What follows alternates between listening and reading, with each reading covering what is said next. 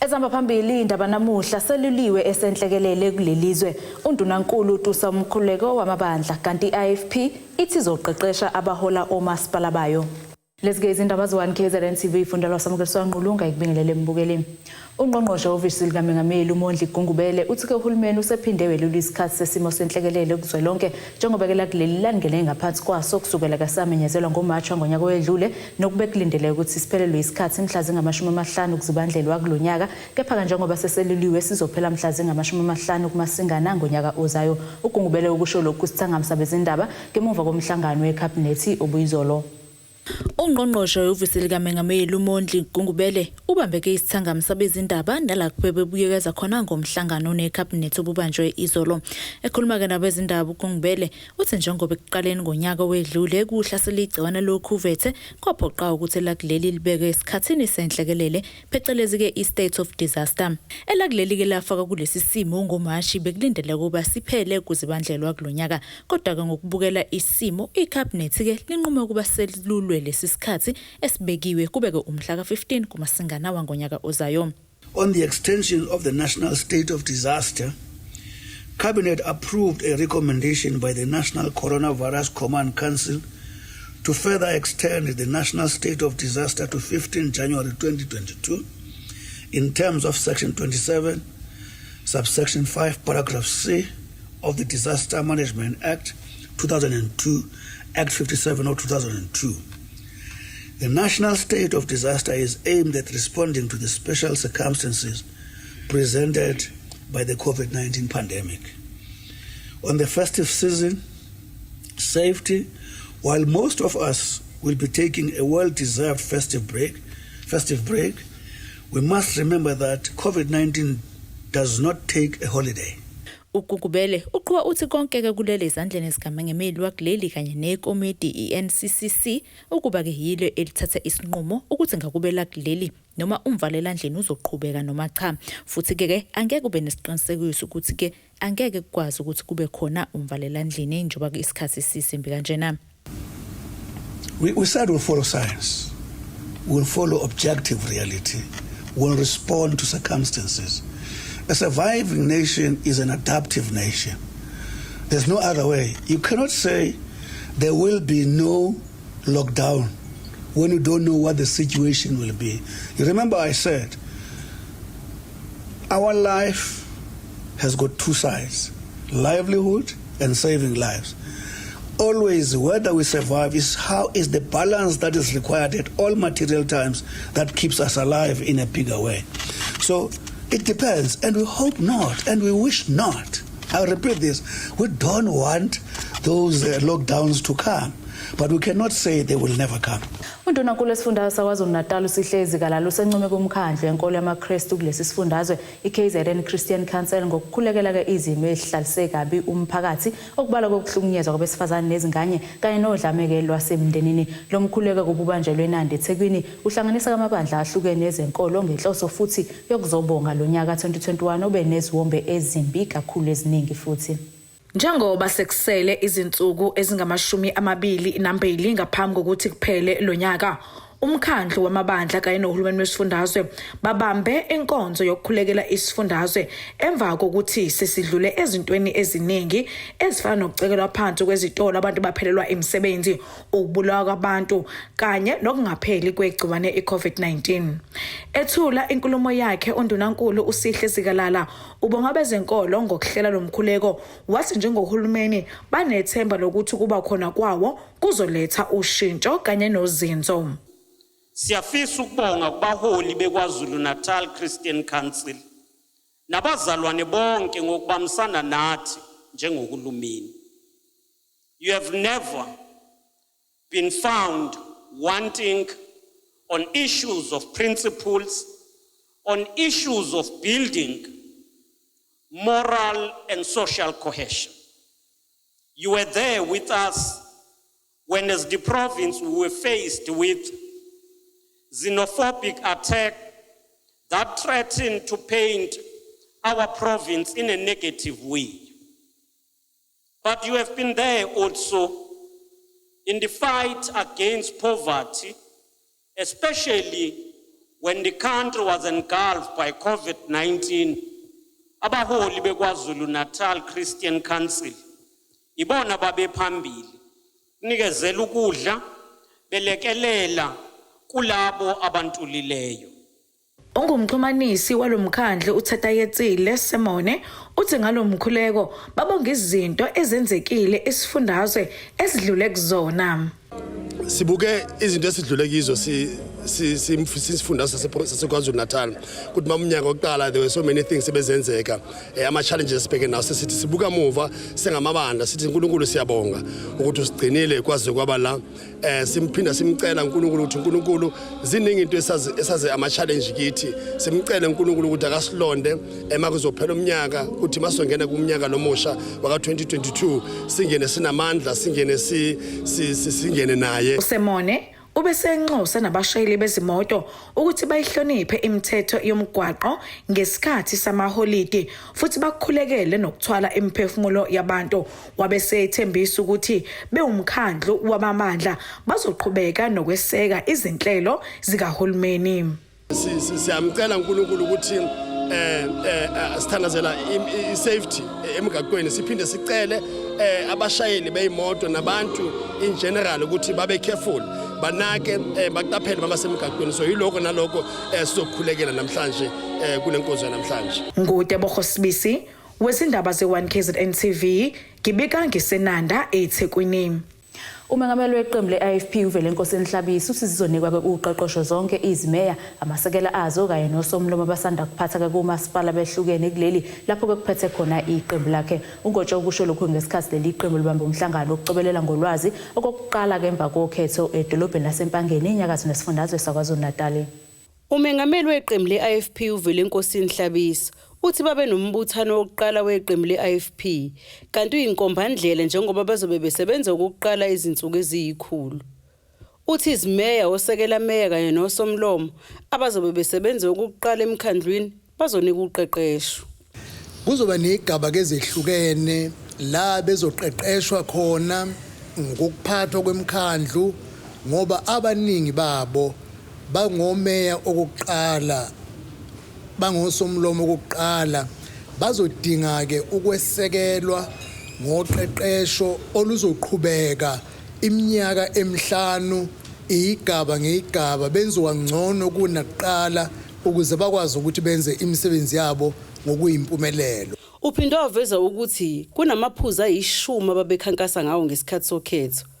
Uthi yiwo azoba isisekelo sokusebenza. Lo mhlangano besizobeka isisekelo sendlela yokusebenza phakathi kwabahlonishwa kanye neqembu. Izinto esizibeke eqhulwini abahlonishwa sibanikezele ukuthi kunalamaphuzu ali10 esakhankasa ngawo njengeqembu lenkatha yenkululeko yiwo azoba isisekelo sokusebenza nsuku zonke. Umkhandlu nomkhandlu phethwe iqembu lenkatha yenkululeko kumele ubuyele emuva uyokwakha uhlelo ukuthi ngalinye kulamaphuzu ali10 bazolihlangabeza kanjani. Ubese veza ukuthi lezi zigaba eziyishumi abebekhankasa ngazo omeya balemkhandle eholwa i-IFP bazonikezwa ithuba lokuthi bazobika ngazo izigaba ezine ngonyaka ibanga sebelihambile ukuzihlinzeka emphakathini. Ezindabeni ze1KZNTV kubika uZamando Sicele eseMpangeni. Isiteleka somphakathi wase-Esenhlekelele emgungundlovu maphakathi nelakamthaniye okhala ngokuhamba kukagesi insuku zonke sishiyeke umonakalo omkhulu ezikoleni njengoba kwaphazamiseka ukuhamba kwezimoto ngosuku lokuqala kwaso ngomsombuluko. Umnyango wezemfundo kulesi sifundazwe uthi ngenxa lombhikisho waphoqelwa ukuba uvaleke isikole kuleya ndawo ngenhloso ukuphephisa impahla abafundi kanye nothisha. Umnyango wezemfundo esifundazweni usigxeke kakhulu isenzo sokubhikisha komphakathi wase-Esenhlekelele maphakathini likaMthaniya uvale umgwaqo washisa namathayi njengoba kuphazamiseke ukusebenza ezikoleni kwaphoqa ukuba kuvalwe ezingama12. Okhulumela lo mnyango umuzi Mahlambi usigxekile lesenzo wathi kwaphatha kabi okwenziwe umphakathi wase-Esenhlekelele ngoba yize sezizovalwa izikole kepha kusamatasa nemicimbi yokugqoka amajazi kubafundi bamabanga aphansi nothisha bebesalungiselela imiphumela yokuphela konyaka. Umnyango wezemfundo KwaZulu-Natal siphatheka kabi ukuthi njalo umphakathi mawucabanga ukuprotesta uproteste ngesikhathi kufanele ukuthi uphazamise izikole njengamanje into eyenzeke lapha eMgungundlovu izikolo efana no Tailors nezinye eziningi izolo ziphazamisekile. Omunye umuntu anga-agwisha ukuthi abantwana abasafundi manje izikolo sezizovala. Izikole zihlelile imicimbi eminingi kwezinye izikole ama-primary ezino grade R banama graduation ceremony ba-graduate abantwana ukuthi baka grade 1 nayo yonke izinto ezikhona kusalungiswa iqedelwa ama-report othisha basesikolweni so mabengakwazi ukuya isikhathi lesisichithekayo. Umahlambi uqhube wathi kubhlungu ukuthi imphakathi ayiteleke ngesikhathi samaholide ngoba isuke ibhiyoza ekubeni isona sikhathi esilungile kuze kungezophazamiseka izinto eziningi. Siyazi ukuthi njengoba kuzoba uDisemba kuvaliwe akho community ezoprotesta okutshengisa ukuthi bayakhetha kodwa mawukuthi bona basebunandini abafuni ukuphazamise kumnandi babo abaprotest kodwa mase kuvuliwe kuJanuary bazoqhubeka futhi bafune imfuno. So sithi ke siyacela ukuthi iCovid isilahlekisa ngesikhathi esiningi sokufunda ukuthi ngoba abantwana kancane fanele benze lo stop and go manje ke nabazali siyacela ukuthi basicabangele bacabangele nezingane zabo ngaloku ziphazamiseka fela. Kanti okhulumela uEskom uGugu Dumakude uthe abantu bayalazi iqiniso lokuthi kungani becishelwa ugesi futhi akusiyona indawo yase-Esenhlekelele kuphela kepha nezinye. Uthe kwenziwa njena ukuze kuzogwemeka ukulimala kweziphehlimandla zogesi kanye nezingqalasizinda ezifana nama-transformer. Umphakathi uyakubalekela ukusebenzisa ugesi ngendlela elungile esemthethweni nephephile ezokwenza ukuthi bakhokhelwe Eskom ngokusebenzisa ugesi. So uthola ukuthi iningi labo baqhume izintambo ngokungakhona emthethweni and uthola ukuthi labo abamakhasimende asemthethweni uthola ukuthi benze something ngaphakathi egubhini ukufaka izinto zokwenza ukuthi isimo isimo esiphephile. So leso simo leso senza ukuthi ingqalasizinda kaEskom ithwale kanzima ngoba ingqalasizinda kaEskom ayenzelwanga izimo ekanjalo. So mayithwele kanzima ingqalasizinda yenza isimo esingaphephile esingenza ukuthi kube khona iqhumane ezingenza abantwana begcine sebelimala and isimo nje esiyingozi ngendlela esimanga. So siyawunxusa umphakathi siwo Eskom ukuthi awenze izinto ngendlela eqondile. Ezindabeni ze1KZNTV kubika uAnda Dube eLandskop eMgungundlovu. Bukeleka ke sisishelele ezitolo siyabuya nazo indaba.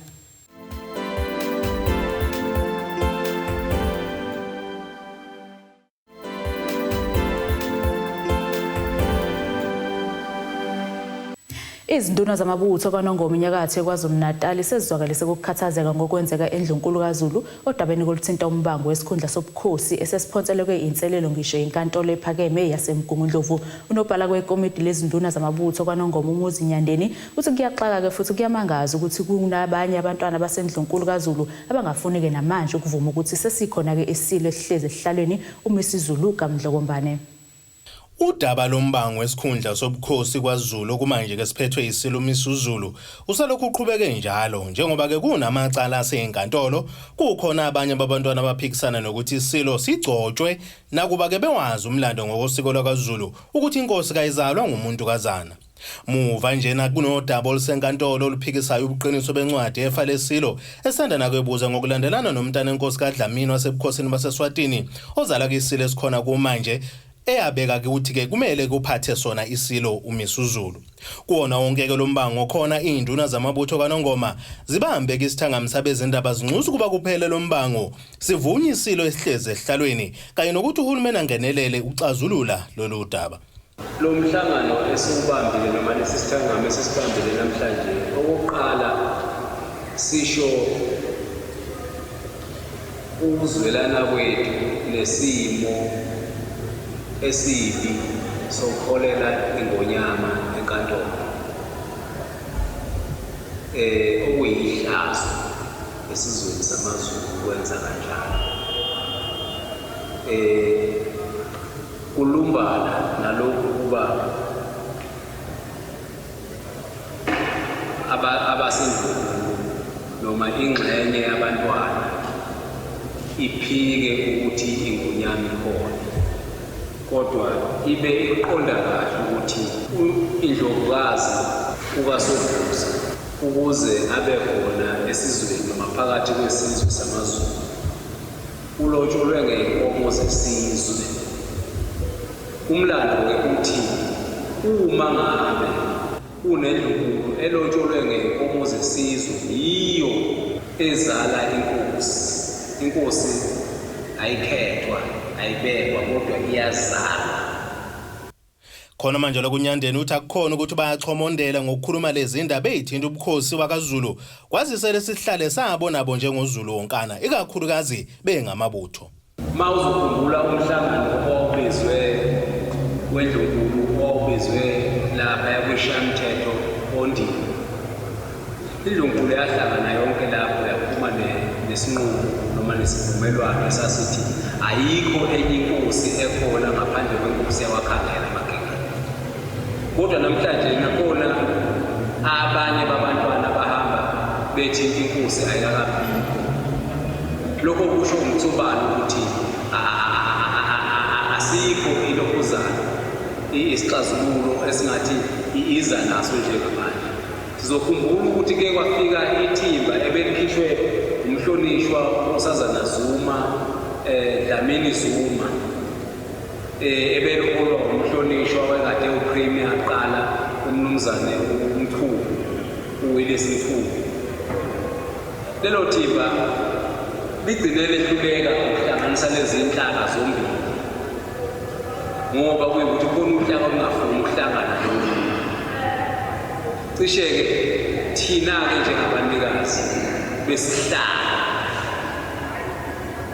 ihlalo njengoba kungesesizwe sekufanele sikhulume sisho ukuthi cha akusudlalwa ngalokhu, akuyona into yokudlalwa leyo. Khona manje lokunyandeni unxusa ukuba ke kuheleza umoya wokuthula nokuzwana kwabesilo. Silindele ukuthi ngokushesha indlunkulu ngoba iyazazi noma abantwana labo bayazazi abenza okuphambeneyo nokulunga, baphakamisa izandla babuye bazothi shwele endlunkulu baphumelana umlotha wakhiwe isizwe kuye phambili ngoba eqinisweni elipheleleyo ngephiko abenkosi bonke bayadingana njengoba nathi njengesizwe sibadinga. Endabeni za1KZNTV kubika ukuphilana kaMzimba idelelwa abafokazana kaCebekhulu kwaNongoma. Ophethe zokuxhumana kumasipala wesifunda iZululand uZanele Mthetho uthi sekuphothulwe ukucutshungulwa kwezikhundla zabasebenzi abaphetheke izikhundla ezikulu kulomasipala. Lo masipala kubusa umnxuse lezi zikhulu ukuthi ke zilethe amaphepha okanye izicucu eziveza ukuthi ke zikufanele yini ukuba kulezi zikhundla. Ekhuluma ke lethimba lezindaba le1KZNTV uveze ukuthi ke izikhulu ezingama34 ekufanele balethe amaphepha okanye ke izicucu eziveza ukuthi bekufanele yini ukuba kulezi zikhundla abayisikhombisa kubona tholakala ukuthi ke abanazi izicucu kanti ke abanye abanawo ngisho umatikuletsheni. Emva kokuba imeya umasipala wesifunda iZululand enyakatho nesifundazwe kwaZulu-Natal uThula Sizwe Buthelezi anxusa bonke laba abasesikhundleni esiphezulu abangama34 abasemkhakheni yahlukene ukuba balethe isitifiketi okanye iziqu lugcine liphothuliwe lolo hlelo. Kubaphatha abangama34 bayisikhombisa abahlulekile ukuletha iziqu okanye izicucu zemkhakha abayiphethe. Lokhu ulumela lo masipala uZanele Mthetho uthi lolu hlelo beliqhutshwa ngaphansi komgomo we-Municipal Competency Levels for Managers. Uhlelo kweseliphothulwe njengoba umeya wayekade eshilo ukuthi ke banikezwe izinsuku ezisikhombisa bona labasebenzi kakhulukazi abaseyikhundleni eziphezulu. Luphothuliwe kuhlelo obelikade longanyelwe uMunicipal Manager okuthalakele ukuthi out of 24 ama managers abekade ke eceliwe ukuthi alethe izicucu zawo kutholakele ukuthi abawu7 kubona abakwazanga ukuthi balethe lokho bekufanele abawu2 kubona kutholakala ukuthi abanazo iziqu ngale kuka matric kanti abawu5 kutholakala ukuthi abanazo ke iziqu ezifanele osekwenza ukuthi ke kube nezikhala eziwu7 ezivulekile ezokwazi ukuthi ke zi-advertise umphakathi uyanxusa ukuthi maseyiphumile izikhala ikakhulukazi la eZululand abantu bakwazi ukuthi ba-apply. Umthetho uthi nakuba sekunesikhala zomsebenzi zabaphatha eziyisikhombisa kodwa kunophenyo olunzulu olusazoqhubeka ngaphakathi. Kanti uphinde waveza ukuthi zonke lezi izikhundla zomsebenzi zizokhangiswa kubantu abakhele isifunda iZululand. Imeyeleyo uMasipala uButhelezi iphinde yathula uhlelo oluzosiza kakhulu intsha emva kokuba intsha eyalesifunda ihlele emakhaya engenawo amathuba emsebenzi. Kulona lolu hlelo kuzoba khona nama disciplinary hearings okuthi ke naba bezindaba zazo lokho be-update kodwa ke okunye okuvelile ukuthi umeya uphinde waphakamisa ukuthi akube nomnyango kade ungekho wokuthuthukisa intsha ngoba ngalesikhathi ekhankasa kubonakala ukuthi youth iyadinga kakhulukazi la eZululand ama skills nanezinto ezoyisiza emabhizinisini so omunye ke umnyango ozovuleka la mase ukuthi advertisewa izikhala ngonyaka zayo. Ezindabeni 1KZNTV kubika ukuthi abantu maphumulo olundi. Sesiphelile ke leso sikhathi sokuthi othisha basezikulisa abafundise ngesineke ngothando kuphela ngaphandle kokuba nezicucu zasesikhungweni zemfundo ephakeme. Lokhu kuvezwe ngomele ikolishi ishintsha skills uSiphiwe Khoza emcimbini wokwethesa iziqu othisha bezikulisa abaphothuleke uqeqesho kulesi sikhungo. Umkhathini kokuthi sesiside ke isikhathi izikulisa sifundiswa ke ngaphandle kwamakhono. uSiphiwe Khoza omele isikhungo semfundo ishintsha skills uthi ukushintsha kwesimo sokuphila ezweni ikhona okwenza kubaleke ukuthi kuthuthukiswe amakhono ngezindlela ezahlukene. Umkhathini bekhuluma emcimbini wokwetheswa iziqu kubafundi balesikhungo uthi esikhathini esiphambili bekufundiswa ezinkulisa ngaphandle kwamakhono kodwa ukushintsha kwesimo sokuphila sekusho ukuthi kudingeka amakhono kuzona zonke izinto. La bantu abagraduate namhlanje abantu abafunde unyaka wonke ulevel 5 sithi ke uN5 ngamanye amagama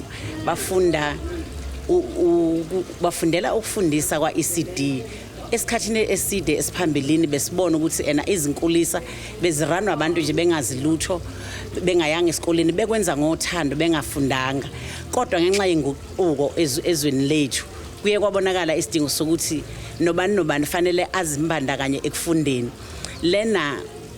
Leli college liqaliswe umuntu omnyama umuntu oyazi iSouth African context nenokuthi laba bantu bavela kuphi saqala lapha phansi okhushuka nabo njalo njengoba bezibefinyelele kuleli zinga namhlanje siyababona bahle bayagrade namhlanje i-certificate yabo ye1 year bafunde wonke lo nyaka lo bayi group yokuqala esikhiphayo njengamanje ukuthi baye esikoleni sebe qualified sebe nokuzethemba nokuziqhenya njengoba sibona ukuthi izinguquko zithi wonke manje ama ECD ekade sinawo emagcekeni emakhaya aguqukela ukuba izikole ngokuphelele ngokwa education so bazosizakala ukuthi bebe iqembu lokuqala elizongena ngokusemthethweni lisuka kule college. Le college i-accredited ukuthi uthisha ofunde khona akwazi ukuthi aqasheke ngokupheleleyo eminyangweni wezemfundo.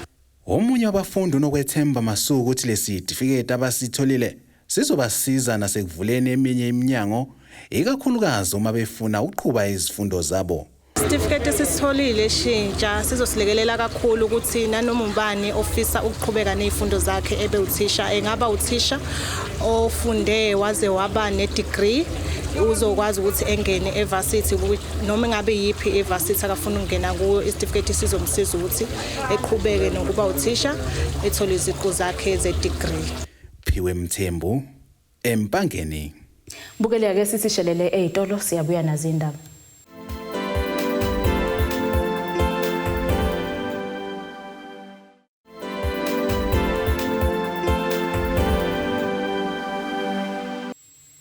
Bukeleka sibheke engosini yezomnotho.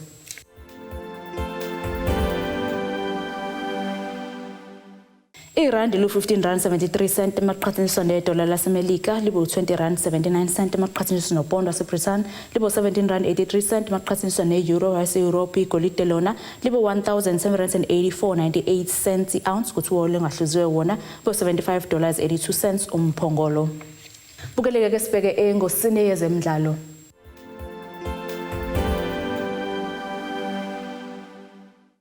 Kayikho-ke efuna ukugoba uphondo kumdlalo weligi ye-DStv Premiership wayizolo kusihlwa phakathi kwe-Orlando Pirates namaZulu FC enkundleni Johnson's Kings Park Stadium eThekwini. Kulo mdlalo-ke lamaqembu adlale ngokulingana ngegoli elilodwa ngapha nangale. EzikaMagebhula-ke yizona ezishaye kuqala igoli elivalelwe nethini Gideon Hotho ngomzuzu wama-29, kanti-ke lokulinganisa lo suthu lushaywe nguTsepang Moremi ngomzuzu wama-45. Lokhu kuchaza ukuthi-ke ezikaMagebhula salokhu ziqhubekile-ke nokwehluleka ukunqoba imidlalo emithathu kulandelana. Nasi-ke isimo sezulu esingalindeleka osukwini lakusasa.